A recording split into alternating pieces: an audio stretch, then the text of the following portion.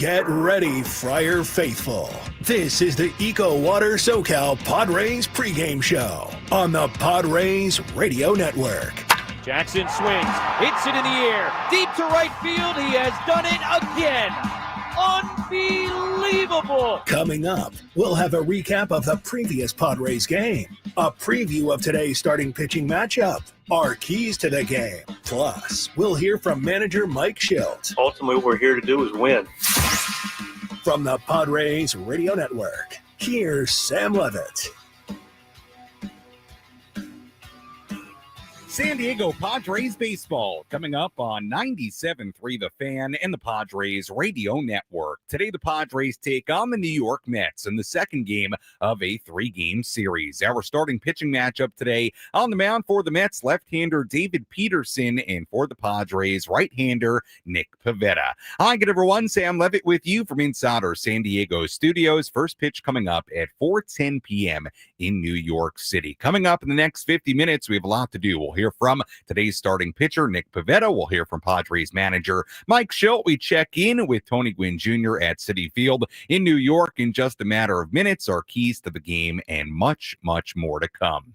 But first, it's time to set the table, brought to you by Fraser Farms Market. Set your table with the highest quality of natural and organic products from Fraser Farms Market, a San Diego original since 1971, with 3 locations, La Mesa Vista and Oceanside, and at FraserFarmsMarket.com.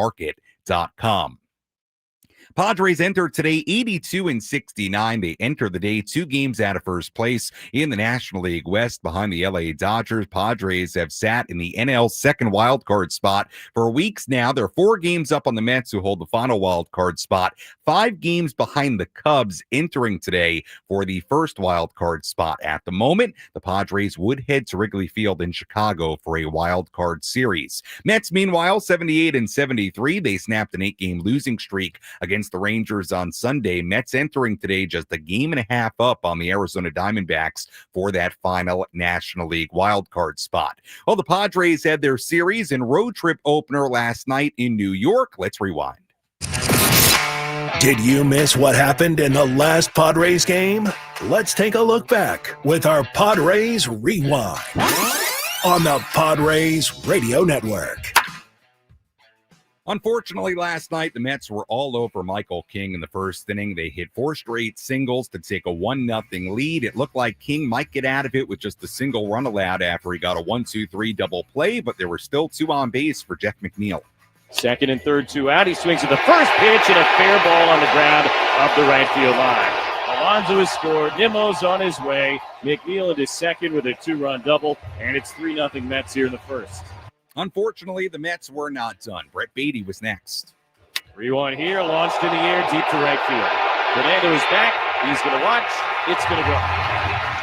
Up over the bullpens in right center for Brett Beatty, a 2-run homer, and a little bit of a nightmare here in the bottom of the first inning at Citi Field. The Mets now lead it 5-0. So the Mets had a 5-0 lead after 1. In the top of the second, Jackson Merrill had a big swing. Resource. Jackson Merrill, first pitch swinging in the air to deep center field. Mullins is back. He's going to watch. It's going to go. 3 straight with a home run for Jackson Merrill. Padres are on the board here in the second inning. Merrill, another one, and it's 5-1. But the Mets responded against King in the bottom half. Francisco Lindor hit a home run. Pete Alonso hit another solo shot. It was 7-1 New York. In the top of the third, Jake Cronenworth dug in. 0-1. Cronenworth swings, hits it in the air, very deep to right center field. Mullins is back at the wall. This one gonna go. Jake Cronenworth leaves the yard for the 11th time this year. And the Padres not going quietly. A lead home run here in the third inning at 7-2. Padres trailed 7-2 after 3 innings. King then gave up another solo home run in the bottom of the 4th inning to Cedric Mullins. It was 8-2 Mets. That was it for King. Padres bullpen did a great job keeping it 8-2. Scoreless appearances for Kyle Hart, Yuki Matsui, and Bradley Rodriguez. That got us to the 8th inning. Padres still down 8-2. Sean Manaea still on the mound for the Mets. It was Freddie Fermin. As Fermin sends one in the air to left field, pretty well struck. Nimmo's going back. He is at the wall, looking up. It's going to go. Freddie Fermin with his second as a Padre. Third home run of the night for San Diego. Unfortunately, all solo shots. And with 1 out here in the 8th inning, it is now 8-3 Mets. And unfortunately, that was as close as the Padres would get last night. Final score in the series opener in New York, the Mets 8 and the Padres 3. As we get ready for game 2 of this 3-game series, first pitch coming up in just a little while in New York. Let's go out to Citi Field. Let's take a trip up to the Padres broadcast booth for a deep dive on today's matchup with Tony Gwynn Jr. in our Padres game preview on the Padres Radio Network.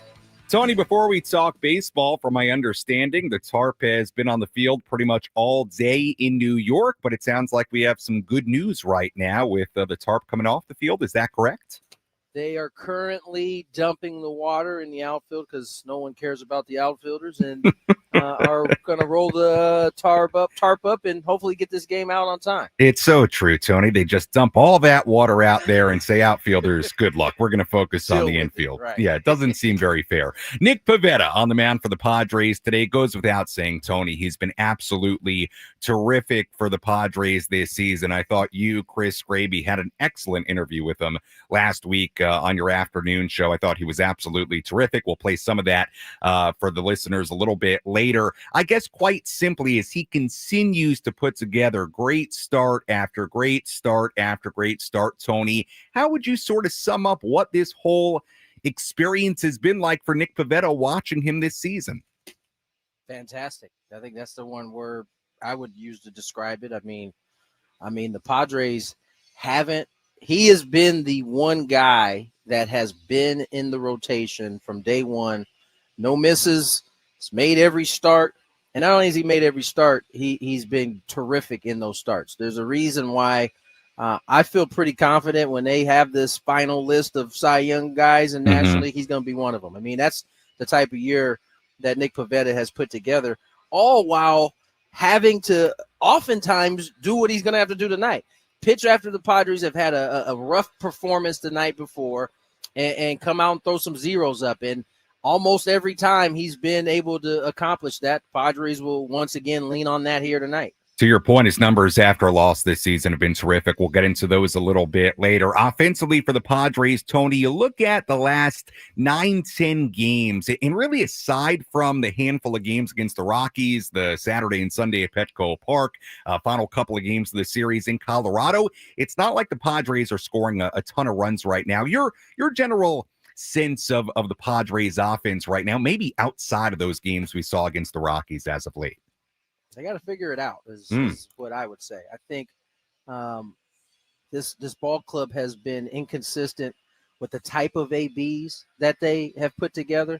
And listen, last night it's always difficult for an offense when you're chasing uphill as largely as they were chasing up last night. It just seemed like they never really got a chance to get into a groove offensively. But I think outside of last night, even with that being said, I just think the at-bats have to be better in general. We know they're capable of doing it because we've seen them doing it. And listen, regardless of who's on the mound, whether it's a number one or it's a deceptive guy, the job is to figure it out and to try to figure out a way to score more runs. And that is what I think the focus will be on. I also think it's not just solely on the offense. The starting pitching really, I know last week was a good week for the starters, but the two previous weeks weren't. And you had another rough one last night. So I think it's not just one thing that we're looking at here. I think it's a combination of getting some better starting pitching overall, but also getting back into the groove of putting together consistently good at-bats where you start to grind these pitchers out. I think that's kind of largely been missing for a large part of this season. Tony, let's quickly touch on the Mets. They had lost 8 in a row before Sunday. Their offense seems to be waking up. This is a team with a lot of talent. It's been such a weird season for them. They got off to such a great start in the first half that you then look at their last 81, 82 games, half a season. I mean, the record is just not very good. You almost feel like they should be in a better position playoff-wise as far as being ahead of the teams on the outside looking in right now, considering their talent. Your thoughts on the Mets as they enter this final stretch, considering the season they've had? I don't think the offense overall has been the problem. I mean, it has been their bullpen. And unfortunately, in this game, there's more than one facet that you have to be good at, especially if you're going to be successful at the end of the season or in the playoffs. And they have good enough starting pitching. They have one of the best offenses in the Major League Baseball. but their bullpen has been quite horrible. And I think that's really I can't find a better word to use, but I think that fits. And as long as that's the issue, they're always going to be in jeopardy no matter how many runs they scored. Perhaps I'd say before they got that walk-off win, they might have been in the lead in 4 of those 5 games prior to that. And they still couldn't hold those leads because the bullpen has struggled so much. Yeah, when you have a bullpen struggling, it can really, really hurt a team. We're seeing it with the Dodgers right now with what their bullpen continues to do. Not that the Padres are perfect right now either, but shows you the power of having a really locked down bullpen. Tony, appreciate the time as always. We'll talk to you and Jesse coming up at 4 p.m. here in San Diego. Thanks so much. Anytime, Sam. Tony Gwynn Jr. joining us on our EcoWater SoCal Padres pregame show here on the Padres Radio Network as we get ready for today's game. When we come back, we'll hear from Padres manager Mike Shildt. We'll also take our first look at the Padres lineup here today for Game 2 of this 3-game series between the Padres and the New York Mets. Padres trying to bounce back after losing the series opener yesterday by a final of 8-3. Our pregame coverage continues after this on the Padres Radio Network.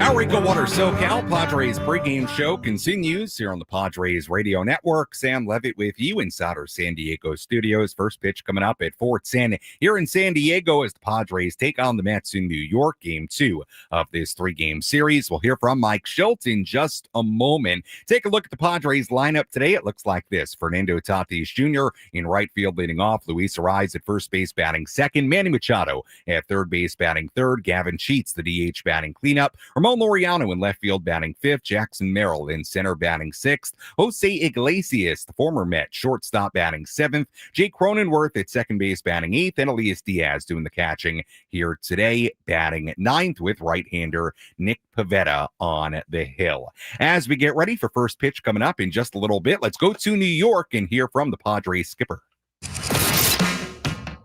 Let's pull up a seat in the manager's office and hear from Padres manager Mike Shildt, served up by Sin Lee Food, where fresh meets flavor. Find farm fresh produce, bold Asian spices, and gourmet ingredients at 4665 El Cajon Boulevard. Sin Lee Food, the cook's Asian resource. Let me talk about Nick Pivetta. That'd be great. Yeah. Does it seem like he's actually gotten stronger as the season goes on? When a lot of times guys start to get figured out or can fatigue, it seems like Nick is going the strongest. I think he's been. Yeah, I think it's a good point. I don't know about stronger, but he, to your point, he's been strong all year. He's thrown the ball well, and even coming in spring training, he's, his intensity's matched by the way he's pitched. It's just big stuff. He gets after it, and he's coming at people. He's aggressive, and I think he's been pedal down all year. Yeah. Do you know what's made him better this year than the previous years? He's always had good stuff, but obviously he's taken it to different levels this year. Yeah, he has. It's hard to say, Scan. It's almost unfair for me to say. It'd be more of a somewhat a hypothetical or guess rather, but because I don't know much about Nick's history other than I've never competed against him a ton, and we did research, talked to people that's had him, and so it's hard for me to really give you a good hypothesis, but I do know that Nick's come in and worked well with our pitching group, worked well with Ruben, really gotten a good relationship with our other starters. It's a good group.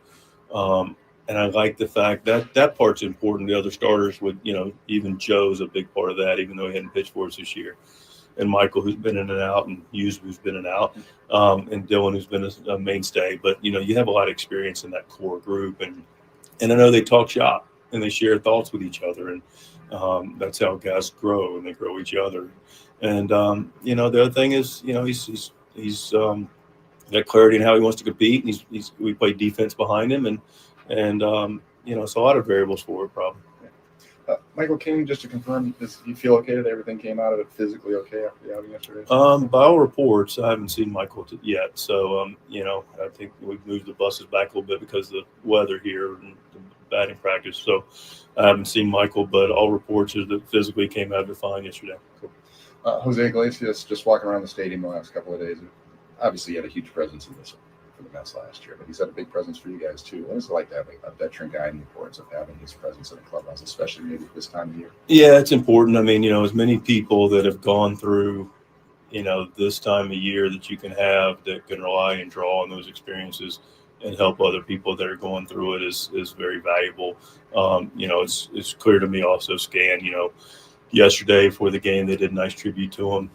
I mean, he's here for a year, but made a huge impact and, helped the club get to the championship series last year. And, he's been a guy that we've been able to rely on and are going to rely on tonight to go out in the field. But even when he's not in the field, he's a presence. Mike, you guys lead the league in sacrifice bunts by a pretty wide margin. And I'm just the bunt has kind of gone out of favor the last however many years in baseball. What's the reason for the increase in the propensity for bunting right now with you guys? It's multi-factored. First of all, we play a lot of close games, and we've been able to establish a winning record in close games, and so you do what the game calls for. We've had a good bullpen, making sure we can get a lead, and not that we want to hold on for dear life, because sometimes we do that too, but we want to make sure we're bringing our guys in with that lead. The biggest thing for me about it is, and listen, I understand the value of an out, and there's a couple of different ways of looking at it.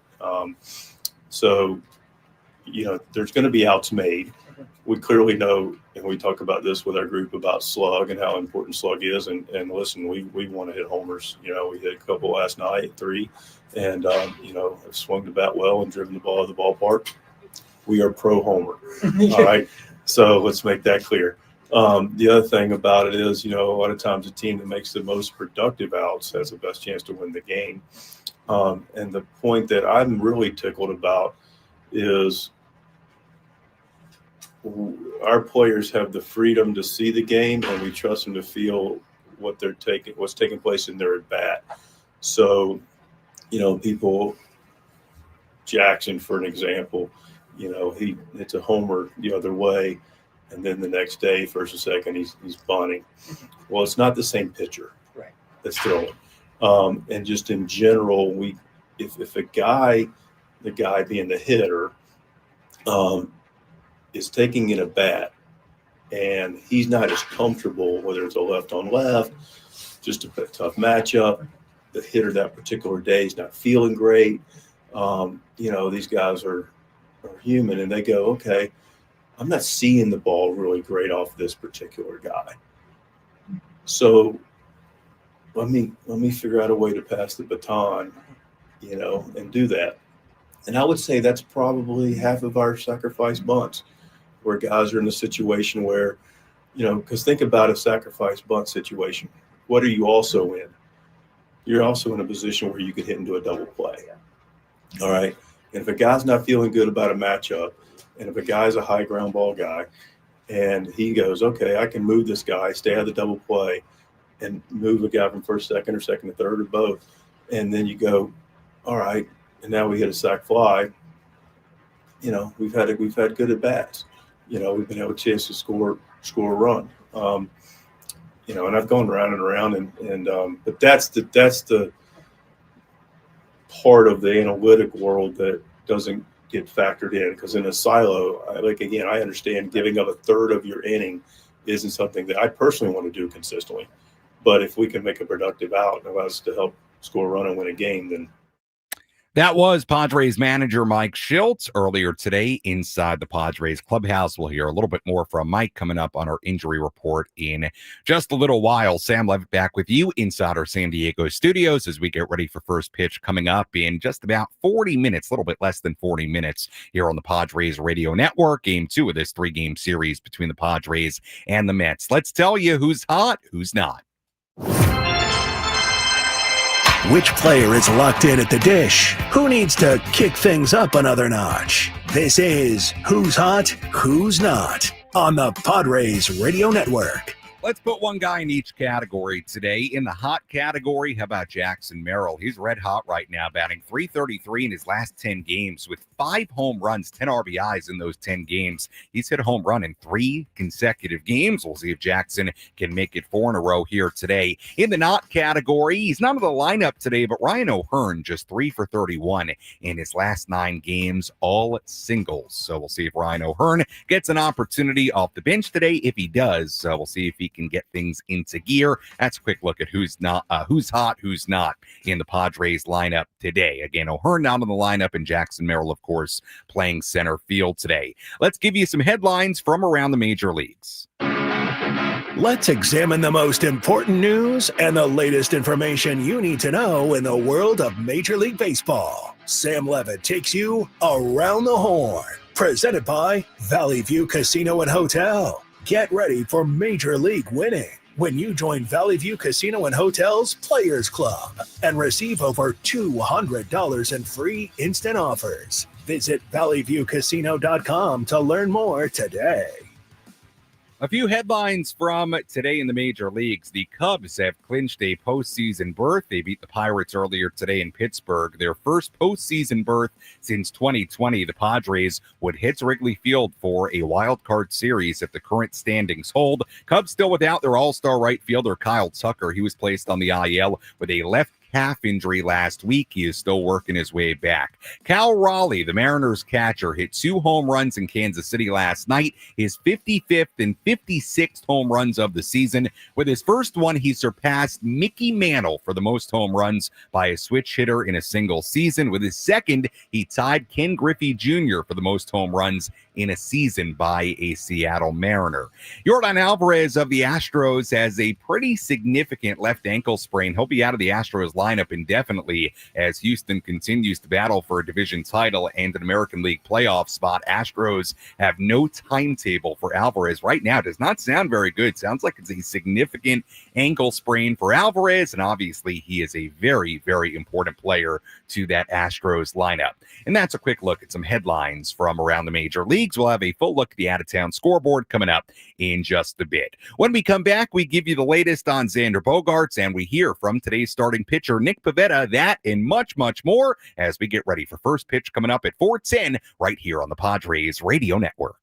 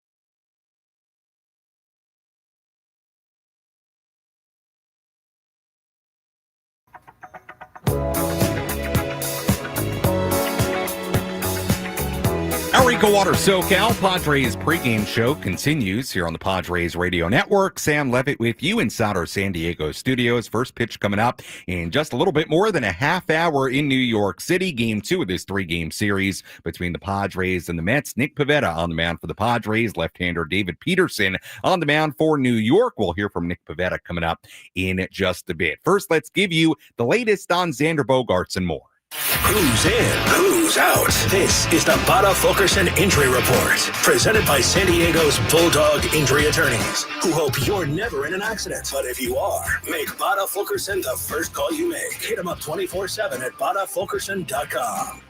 Before we give you the update from Mike Shildt on Xander Bogaerts, the latest on him, couple of notes for you. Francisco Alvarez, who you might remember got hit in the left elbow or upper forearm area, not upper forearm, elbow, bicep, not bicep, back, whatever that is at the back of the elbow.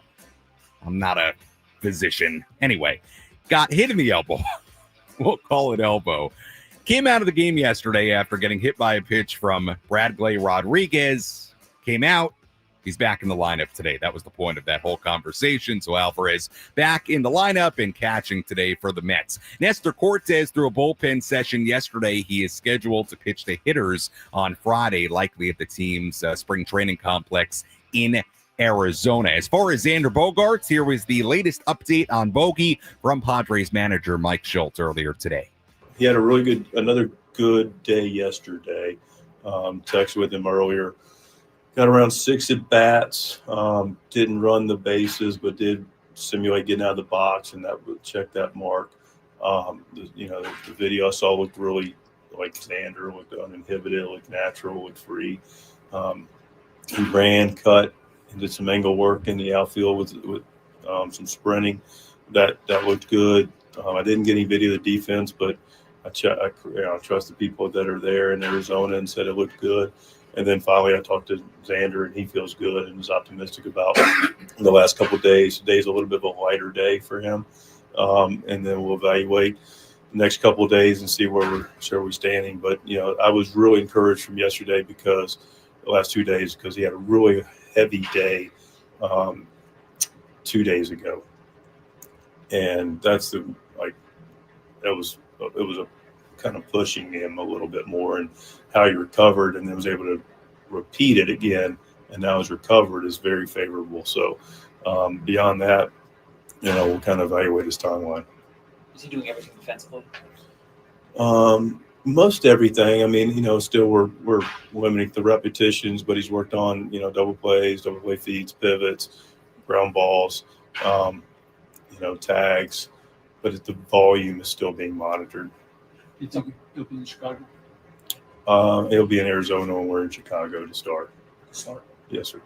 That was Padres manager Mike Shildt, the latest on Xander Bogaerts. So it doesn't sound like Bogey would necessarily come back on Friday in Chicago, but not shutting the door there to the idea that he could potentially rejoin the Padres on this road trip. So as we get more information on Bogaerts' progress, we'll be sure to pass it along in the coming days. By the way, I'm being told the area I was referring to above the elbow on the back side of your arm, that is the tricep. So the elbow tricep area, that's where Francisco Alvarez was hit yesterday in the 8th inning. And Alvarez, like we said, back in the lineup today for the Mets. Well, last week here on 97.3 The Fan, today's starting pitcher, Nick Pivetta, joined the Gwynn and Chris program. I thought the interview was just terrific by Tony and Chris and Scraby with Nick Pivetta. So let's revisit some of the things that Nick Pivetta had to say as he makes the start here today against the Mets. You might remember Pavetta did not sign with the Padres until after spring training began. It was a very lengthy free agency process for Pavetta. Here was Nick Pivetta on that process. It was definitely an interesting process for me. I mean, I had the qualifying offer attached to me, so I think there's a lot of unknowns going into that process. But I just stayed patient, stayed focused. I worked out at Cressy's Performance Center in Jupiter, Florida, so I'm around baseball players all the time, and I think just working out with other guys and continue to work on baseball and focus on that, knowing that I'm going to land somewhere. And gratefully and awesomely, I landed with such a great organization, great group of guys at San Diego Padres, and I think I just stayed patient, just tried to stay sane-minded, and knew that something would come my way. And luckily I landed in a great place. Led by AJ with Shildt, and then Ruben, and then the plethora of guys here that lead this team to so many wins. And then also it's great to be part of a winning organization as well. It's a great gift as well. So the success that they had, it's just I was very, very grateful for the opportunity. When you watch Nick Pivetta, he's very intense out there. You might even catch him talking to himself from time to time. Here was Nick Pivetta on what he's saying to himself when he does that. It's mostly just like self-reinforcement and positive attitude.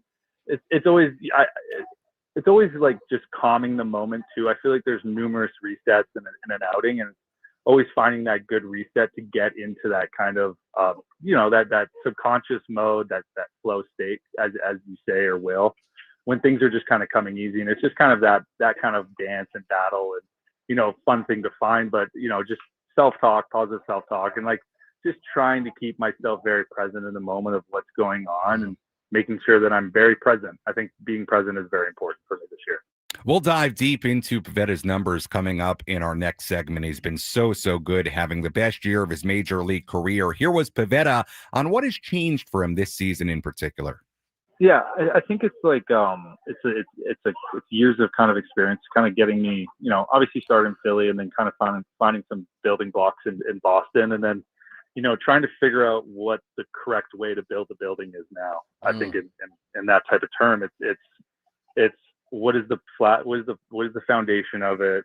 For me, what I think about there is I think limiting my walks as much as I possibly can is kind of like my my safeguard. It's how many guys can I not walk? Okay, how do I not walk guys? How many times can I get ahead of guys? Okay, how many times, what pitches can I get ahead of guys, and how many times can I get ahead of guys through an order? So if you just like really filter through the sand, it's very specific things that lead up to bigger things. And I think it's, as we know, like being in the big leagues for the years that I have been, and very grateful for that, I've gotten a sense to kind of learn from it too, and try to figure it out. And I've been given time in this game, which I'm very grateful for, to continue to learn those things and progress. And I think, I've taken some really good steps forward. And I think, obviously I can be much better than even I was this year. And, you kind of just try to see how that goes moving into next year as well. That was today's starting pitcher, Nick Pivetta. We'll hear a little bit more from Nick in our next segment as well. First pitch coming up at 4:10 in New York City. Let's give you our keys to Game 2 of this 3-game set. How will the Padres unlock a win today? These are the keys to the game. Presented by El Centro Motors Ford. Meet your new Ford General Manager, Greg Ryan, now at El Centro Motors Ford, your new Ford truck, Bronco, and SUV HQ. Call Greg directly at 619-944-0774. Our keys to today's game. Key number 1, slow down the Met offense. The Mets have now scored 13 runs in their 2 wins on Sunday and then last night against the Padres. That's after being held to 3 runs or fewer in 7 of their previous 8 games. So how do the Padres slow down the Met offense here today? Well, slowing down Pete Alonso would be a good start. Alonso has now homered in 2 straight games after hitting a long home run last night. He now has 35 home runs on the season. He's hitting .321 in his last 20 games. Key number 2, Nick Pivetta being the stopper. He has been exceptional this season following a Padres loss, and he's once again in that scenario here today. Pavetta is 8-3 with a 2.10 ERA in 16 starts after a Padres loss this season. However, there are matchups to watch today against Pavetta. Cedric Mullins, he's 10 for 31 with 4 extra base hits against Pavetta in his career. Jeff McNeil is 5 for 10 with 3 extra base hits. Starling Marte, who's in the lineup today, DHing for the Mets, he's 5 for 9 with a home run. So keep those 3 in mind against Pavetta: Mullins, McNeil, and Marte. Easy way to remember it. 3 M's: Mullins, McNeil, and Marte, all guys that have had very good numbers in their career against Nick Pivetta. Key number 3. It starts at the top. It was a relatively quiet night for the Padres' top 4 hitters yesterday. Fernando Tatis Jr. 0 for 4. Luis Arraez 1 for 4 with a single. Manny Machado 1 for 4 with a single. Gavin Sheets 0 for 3 with a walk. That's a combined 2 for 15. With a couple of singles, you need more than that against good teams. That's key number 3. Key number 4, let's focus on the offense again. Ramon Laureano and Ryan O'Hearn. Ramon Laureano showed signs of breaking out of a skid last night, had a double, another hard hit ball that unfortunately was turned into a double play. But even with that, Ramon is just 4 for 34 in his last 9 games. Ryan O'Hearn not in the lineup today, but you could see him off the bench at some point. He's just 3 for 31 with 3 singles in his past 9 games. So the 2 guys that came over in that trade from the Orioles, Ramon and Ryan, need a little bit more from them, and that's a look at our keys to today's game. Let's take a quick look at the out-of-town scoreboard. Let's take a trip around the bigs to highlight the scores that matter most with our out-of-town scoreboard. Presented by Jensen Premium Beef Patties. Always a hit for grilling. We have 4 finals already today. Cubs beat the Pirates 8-4 in Pittsburgh. As we said earlier, Cubs clinching a postseason spot. Reds beat the Cardinals 6-2 in St. Louis. Orioles beat the White Sox 3-1 in Chicago. Giants beat the Diamondbacks 5-1 in Arizona in 11 innings. A brutal loss for Arizona. Brandon Pfaadt went 9 innings and allowed 1 hit, no runs.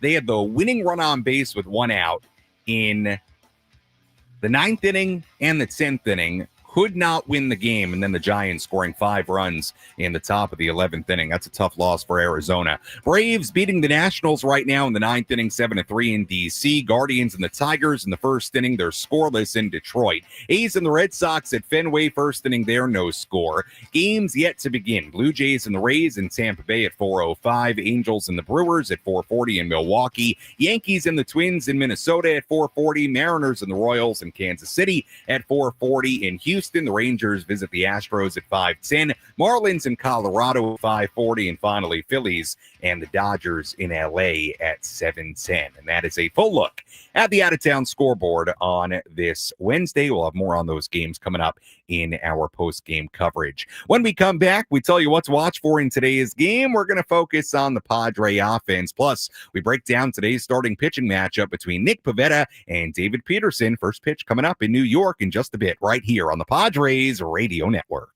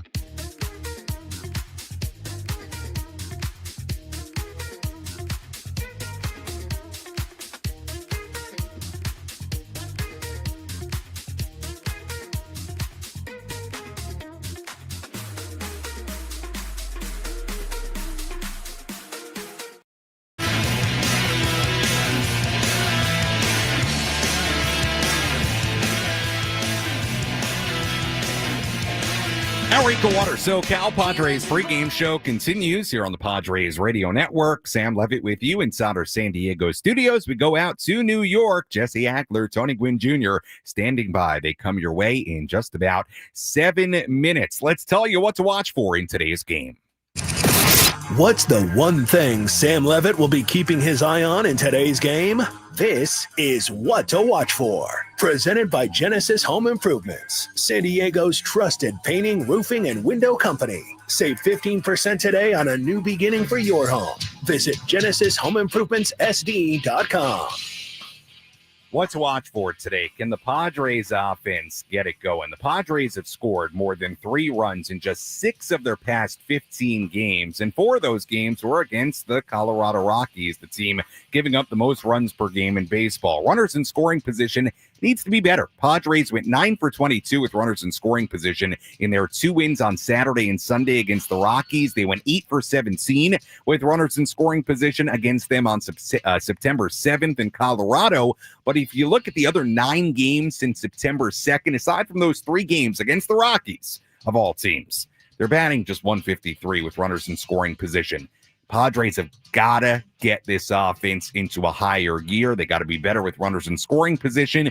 We'll see if they can do that today against left-hander David Peterson. That's what to watch for in Game 2 of this 3-game series. By the way, with the Diamondbacks losing today, the Padres' magic number is now down to 5. So a win today for the Padres would bring it down to 4. Magic number currently at 5.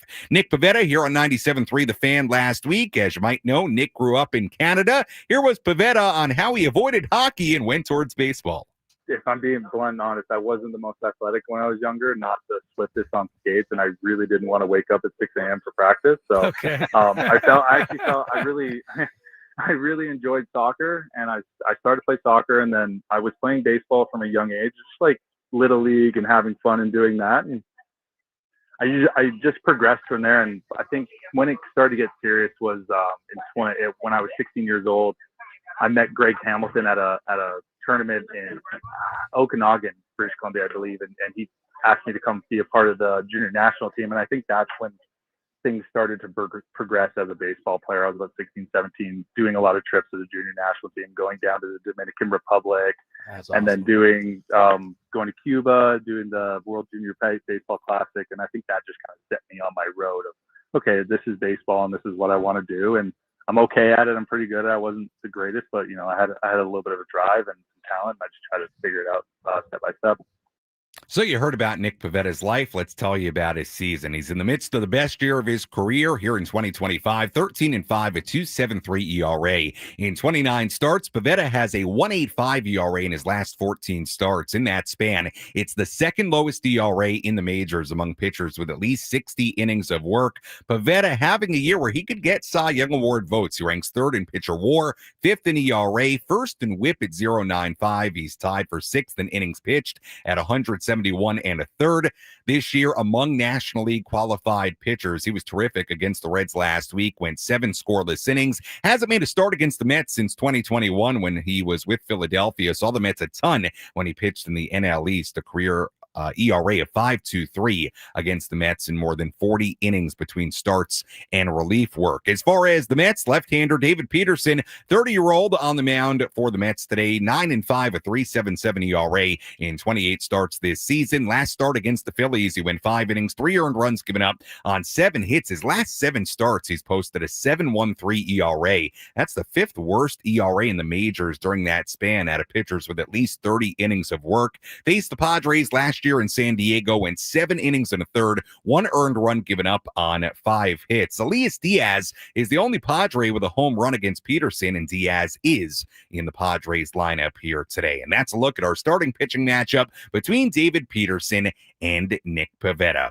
As always, thank you for listening to the EcoWater SoCal Padres pregame show. EcoWater SoCal, keeping it soft since 1925. Your water should be perfect. When we come back, we go out to the Big Apple, to New York City. Jesse Ackler, Tony Gwynn Jr. standing by, ready to go. They'll have the full starting lineups, first pitch, and all the play-by-play. I'll talk to you on our post-game coverage. You're listening to your home for San Diego Padres baseball, 97.3 The Fan, and the Padres Radio Network. Enjoy the game, Padres fans.